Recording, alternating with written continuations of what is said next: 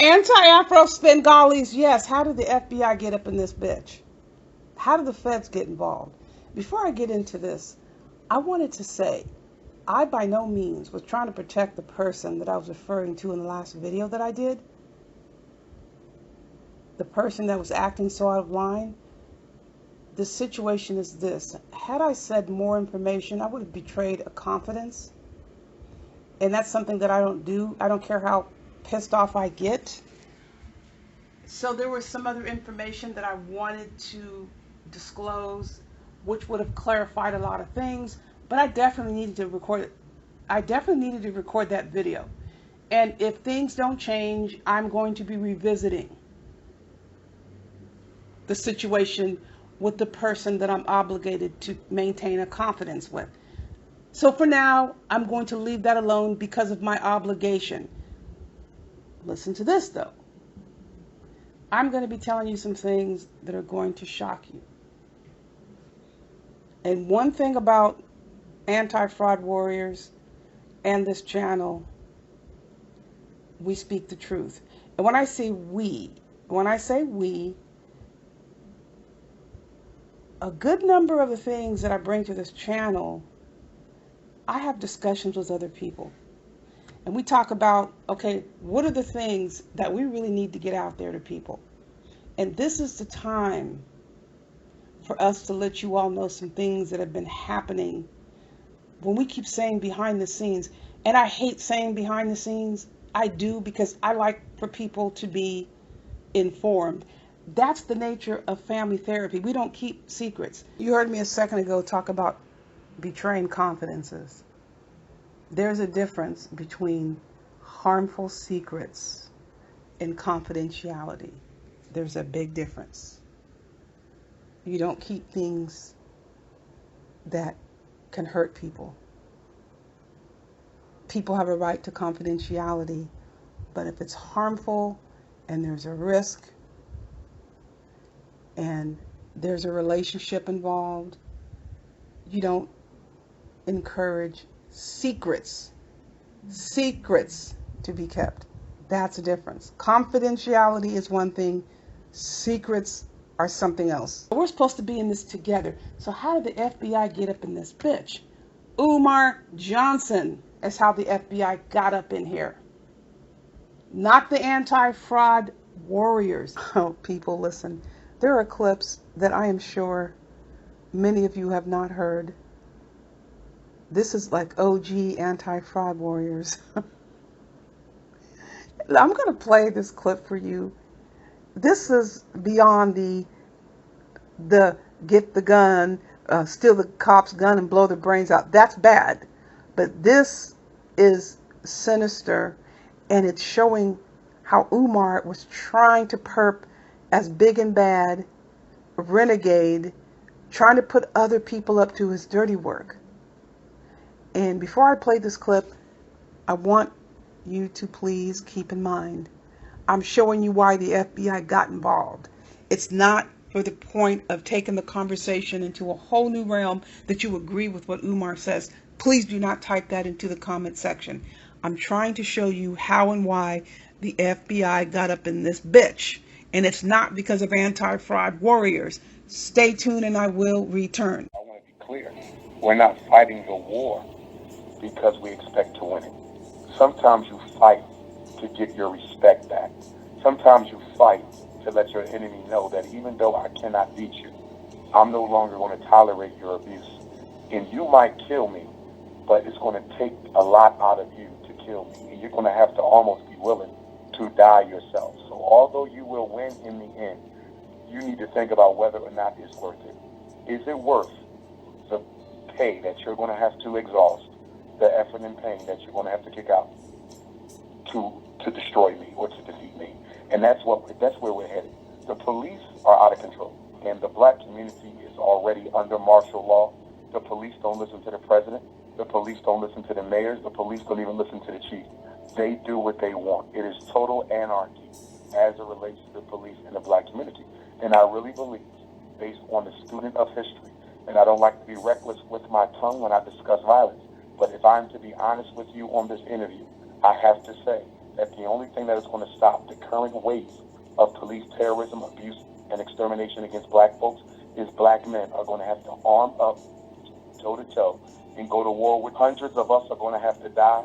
Dozens of them are going to have to die in order for the government to step in order for the United Nations to step in and say, okay, enough is enough. America, you must deal with your ugly, racist police problem, which means some of us are going to have to sacrifice our lives in order to save millions of unborn black children. Oh, God, this could start a whole new just groundswell. But let me tell you something.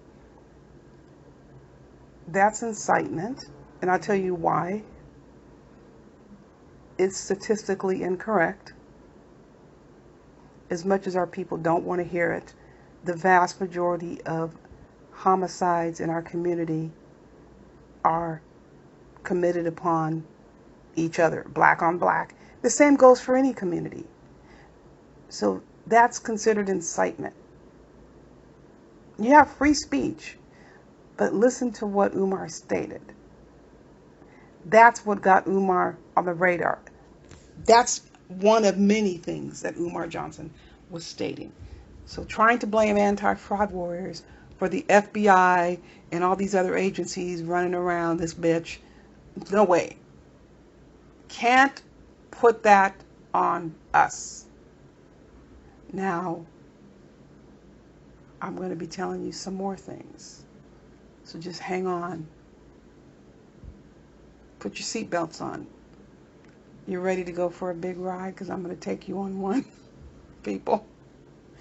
Got to get this stuff out because a lot of people have been asking, and it's just not fair to continue to hold some of this stuff in. It's got to be put out there. Umar tried to go speak at a university.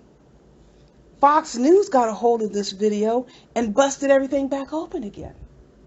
And Umar got booted off the campus. This is a very threatening video. This is a type of video that Grandmaster Jay ended up being charged in federal court, and he is facing 2 federal charges, and I think 26 years max in prison he's facing right now.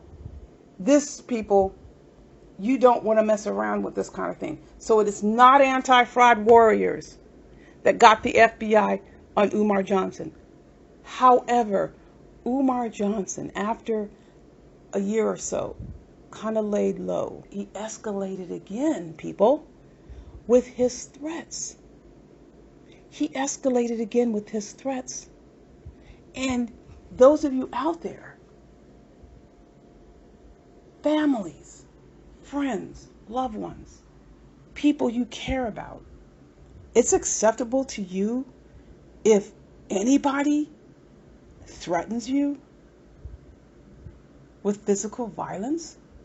And before I go on, I'm going to let you know something that we have been holding on to.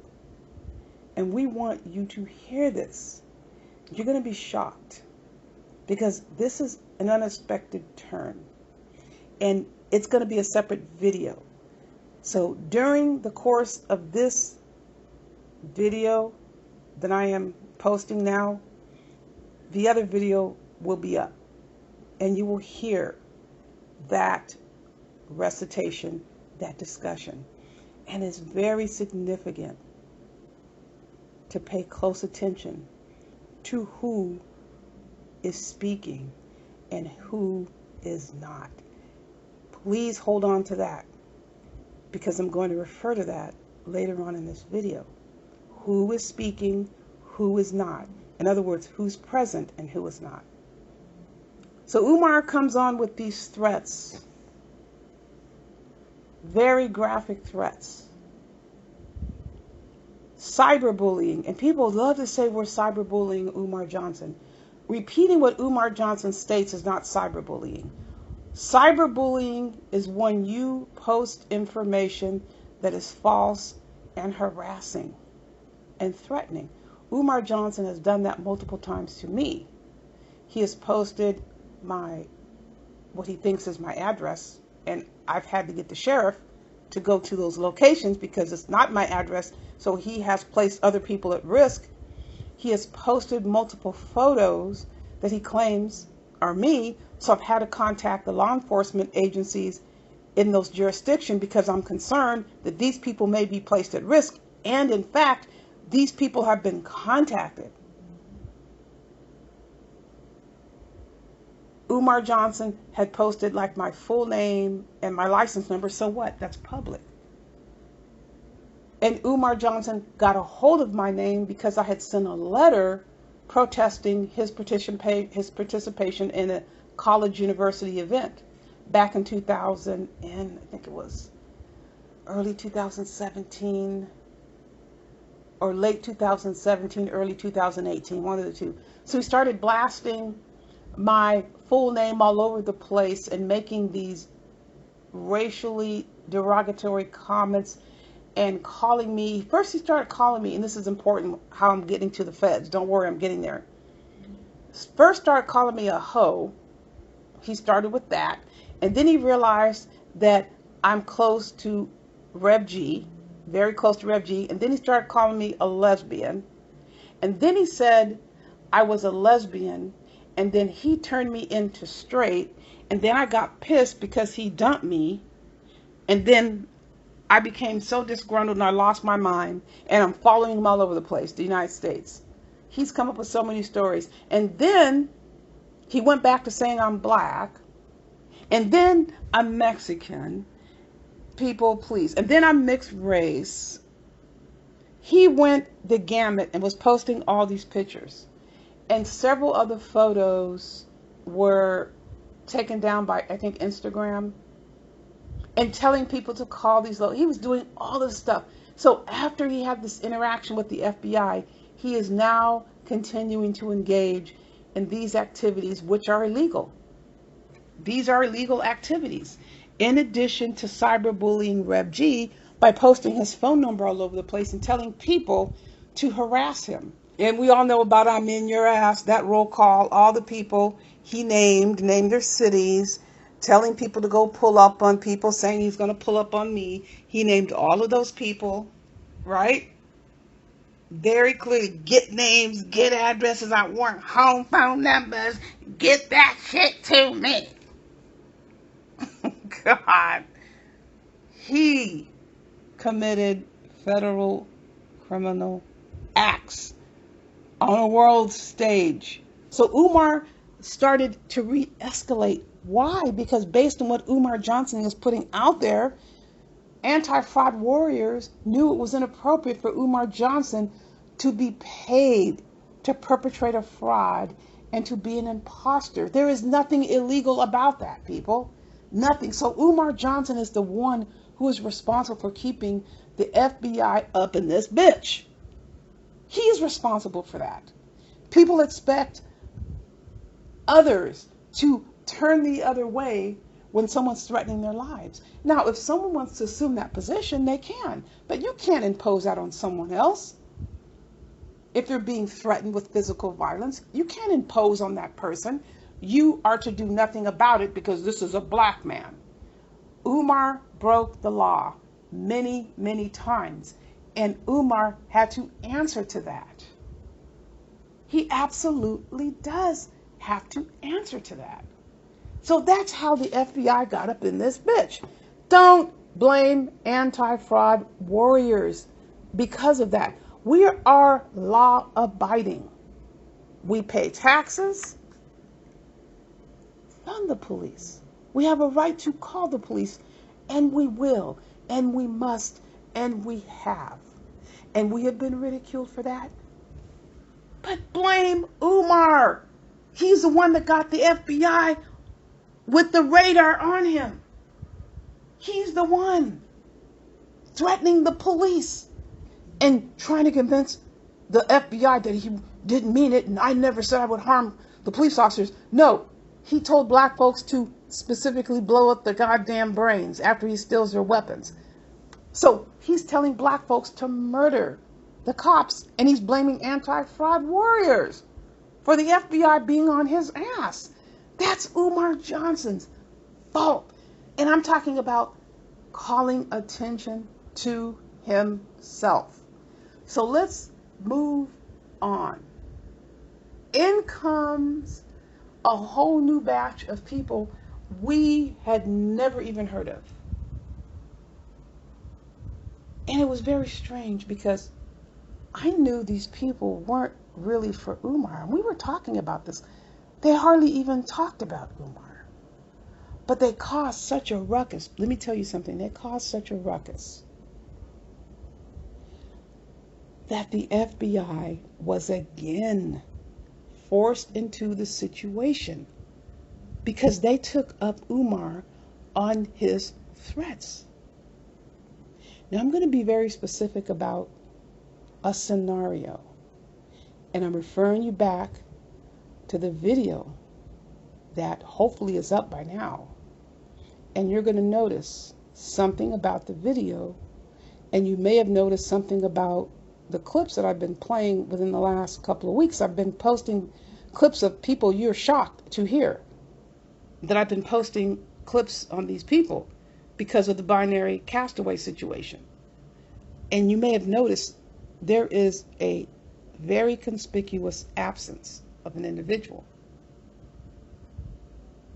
And this individual was front and center with threatening people. But this person is absent. And there is a reason for that. I'm going to tell you, this is something we've been holding in for a while. This person had made multiple threats to several of us. This person was living in a certain location. And I'm not going to give states. And we know this because law enforcement told us. And when I say law enforcement told us, we suspected the person was living there, and we made phone calls to law enforcement, and we reported what was happening, and there was confirmation. And there was some information given regarding some contacts. So there was an engagement with this individual because of the threats, not just towards me. This person relocates, thinking everything's all hunky-dory. And this person has wreaked havoc like you wouldn't believe. And don't ask me for the name, and please do not type the name. I'm going to tell you the reason why. This person came out with a very serious threat against me. Like, very serious. And this occurred, I'm going to give you the date, on March the 1st. I'm not going to forget that date. Lots of things happened on that day. Not long after that, I called law enforcement, and I'm not going to mention agencies. But there were multiple police agencies involved with this situation because there were other things going on. So just trust me when I'm saying that's what I can say. You're probably going to figure out what I'm referring to once I tell you details in a second. So I made 2 phone calls, and I had a visit from local police. And they gave me some updates about another agency being in contact with the person that threatened me. And they were very detailed. They were very thorough as far as me. Okay. And they were very reassuring. They were very supportive. And I asked them, because we had been in contact before about Umar. What about Umar Johnson? He is the one that got this MFer going. And I actually cursed. I can't even tell you how, I can't even describe the different, I don't even want to go there, people. What I felt, and I was just livid.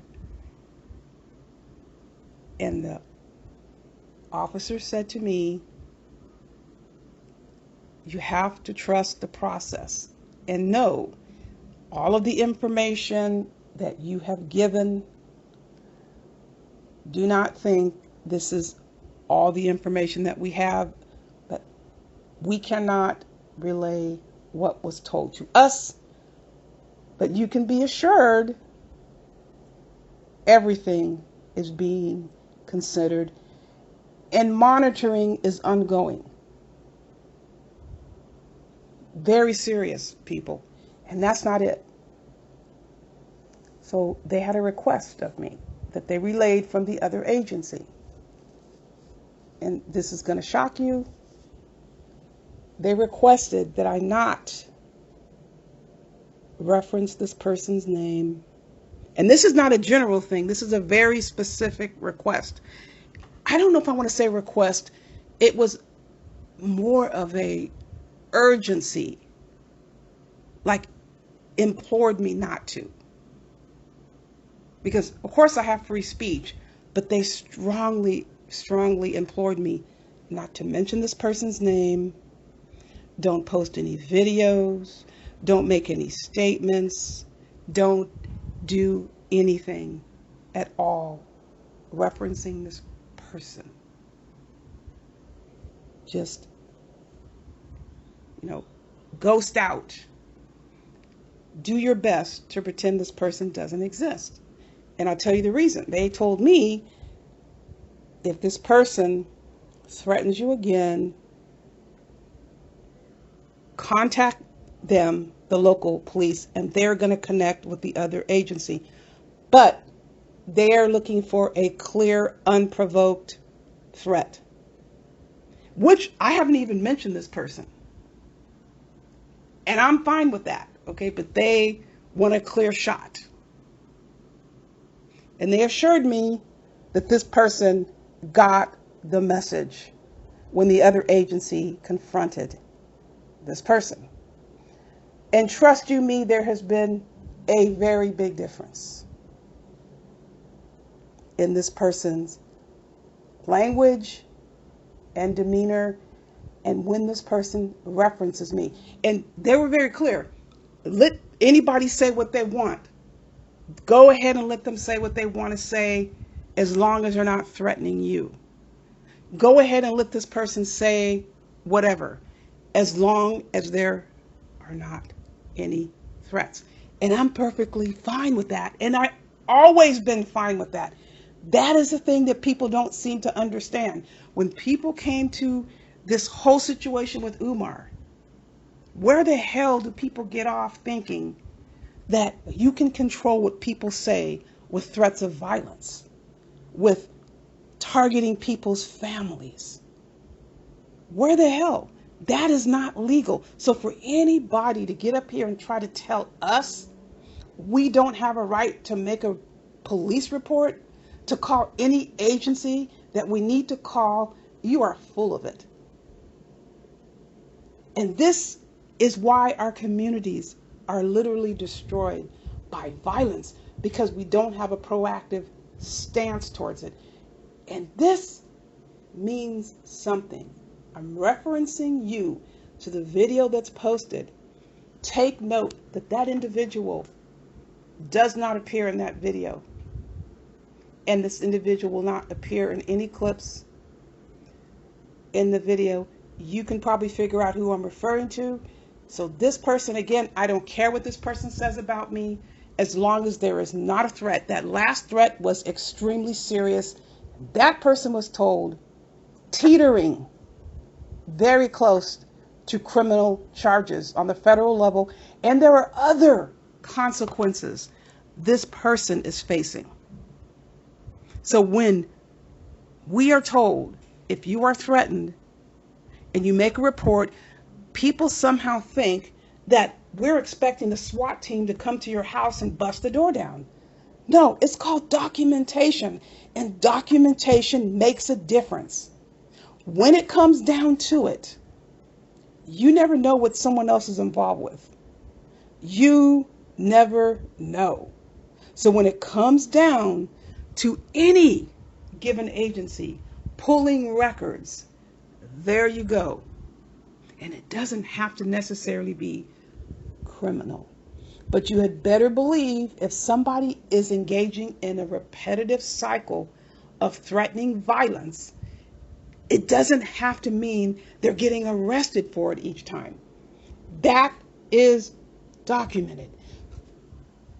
Don't blame us for this. Don't blame anti-fraud warriors for protecting ourselves. And that video that I'm posting, the irony, people, is prolific. It is prolific. But I'm letting you know now, we have a right to come on here and do what we've been doing. We are not doing anything to Umar Johnson. Umar Johnson is breaking many, many laws. We do not have to accept that, people. This is the appropriate way to address the issue with Umar Johnson. None of us have even thought about pulling up on Umar Johnson, threatening Umar Johnson. Someone had said that I had threatened Umar. Where the hell? Post that video. I had threatened Umar. Anti-fraud warriors do not threaten. We're law abiding. You can be irritated with us from sunup to sundown. We do not engage in non-law abiding behaviors. We do not threaten people. We have a right to defend ourselves, but we avoid violent encounters at all cost. Umar Johnson is not safe for our community. It doesn't matter how many people think Umar Johnson is great. His behaviors are illegal. And there are so many things going on with Umar. In fact, there's an agency that has a complaint pending, which by law, we're not allowed to say what agency it is because it says it right there. If you disclose that this complaint has been filed, it is a misdemeanor. So obviously, am I going to put myself in that position? No. But that situation is turning. Keep in mind, Umar is not the kind of person that's going to come on and tell you what's happening. Now, what I just stated, you are going to hear the other video or the other audio. And it's public. It was nobody snuck in anybody's house or anything like that. It was captured. And the irony, again, is prolific. But anti-fraud warriors are going to continue. Umar Johnson got the FBI up in this bitch, not anti-fraud warriors. You cannot expect us to turn the other cheek when we are threatened with violence, life-threatening violence. So again, if you ever feel your life is in danger, you are not required to suffer in silence because you elect to come onto social media and express your views, for God's sake. This is what people expect you to accept. And there is no way I'm going to accept that. I don't even know how to accept it. I can speak my mind. I can repeat what Umar Johnson states. I can object to the fact that he's perpetrating a fraud in my profession. I can call out the fact that he's been taking money for our community from our community for how many years and has zero to show for it, is in no position anywhere near opening a so-called school at that abandoned bomb shelter.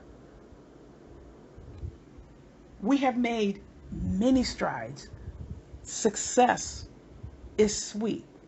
Achievement is notable. Just because the SWAT team is not throwing Umar Johnson down to the ground and dragging him down the street doesn't mean that our progress has been in vain. Our efforts have been in vain because they have not. We have made significant progress and significant strides, and we will continue to do so. Just because people are too dense and they don't even know where to look, they don't care to listen, that's fine. Let them say what they want to say. What we're going to continue to emphasize is how important it is to heed the warning. Buyer beware.